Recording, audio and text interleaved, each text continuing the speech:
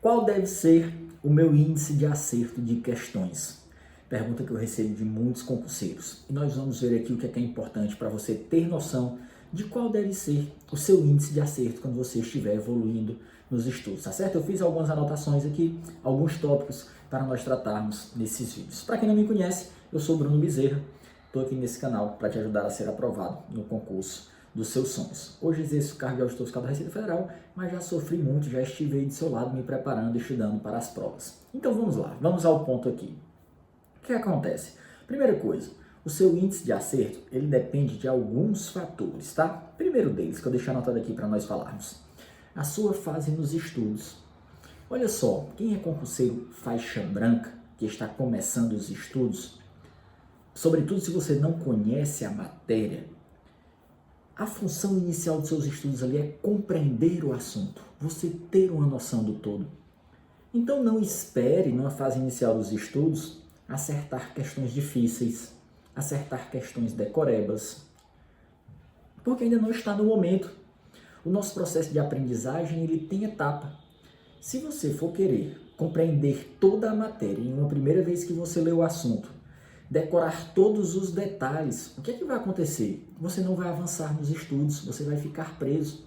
Porque nem você vai conseguir compreender tudo. Às vezes tem um assunto que está na aula 1, na aula 2, que precisa você ter noção do todo, saber detalhes lá da aula 10, 11 para compreender melhor. E nem vai conseguir memorizar tudo, porque você só vai memorizar com as repetições rápidas e avançadas, quando você estiver bem mais lá na frente. Então você não pode se preocupar em acertar essas questões e nem memorizar tudo nesse início.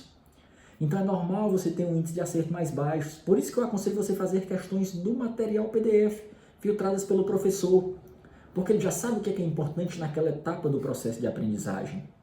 Tá certo?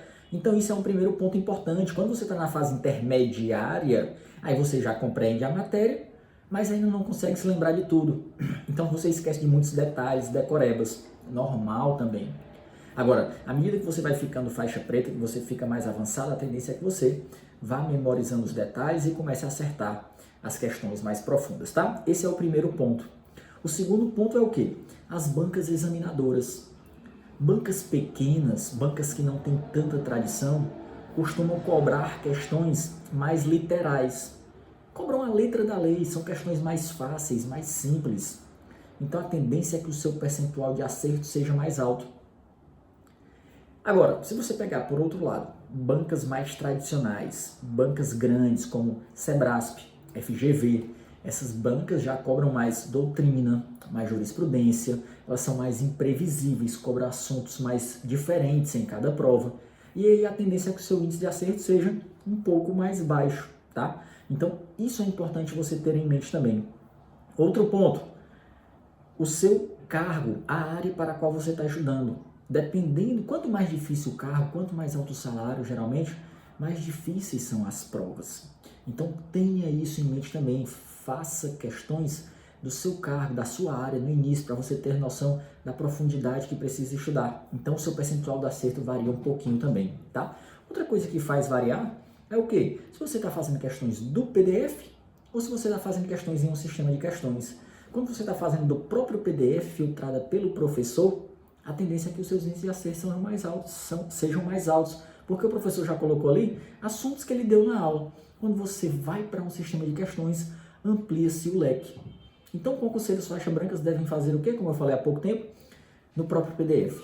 Os concurseiros vão avançando, começam a migrar para o sistema de questões. Isso é um processo natural, tá certo? Então, muito cuidado com isso para você não ficar triste porque teve um índice de acerto baixo quando é faixa branca, sobretudo se você for direto em um sistema de questões. Muitas vezes você não soube aplicar os filtros, tá? O que é fato? Olha só, importante.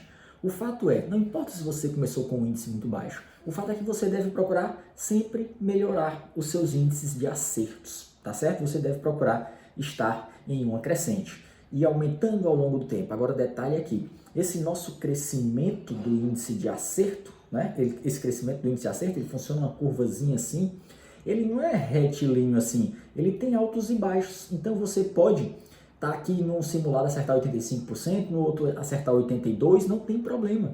O importante é que a tendência seja de crescimento, porque às vezes a pessoa fica desesperada porque num fez 90%, no outro fez 81%. Às vezes o simulado foi bem mais difícil, as questões selecionadas estavam no nível um pouco mais avançado. Então não tem problema.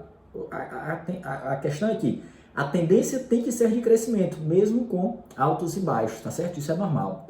E outra coisa importante, vamos lá, o que é que eu anotei mais aqui? Esse detalhe aqui é importantíssimo. Quanto mais você evolui, essa curva de crescimento do seu índice de acerto, ela forma assim, ela vai ficando mais difícil você avançar. Então, para você chegar a 50% é uma coisa, para você avançar para 60% vai ficando mais difícil, demanda mais tempo. Quando você está lá em 80%, 90% fica um platô. Então, a cada vez que você vai melhorando o seu índice, é mais difícil você continuar aumentando. É mais difícil você ir de 85 para 86 do que de 61 para 62. Quando você vai chegando perto dos 90%, isso fica cada vez mais difícil, porque a sua margem de ganho está se reduzindo. São só aquelas questões difíceis que estão faltando você ganhar, aquelas questões decorebas, tá? Então, é normal que demande mais esforço à medida que você vai ficando melhor. E para isso você precisa mais controle, mais organização dos seus estudos e descobrindo os seus pontos fracos, em quais matérias você não está bem, em quais são os assuntos dentro das matérias. Eu chamo isso de pontos fracos no nível macro e no nível micro.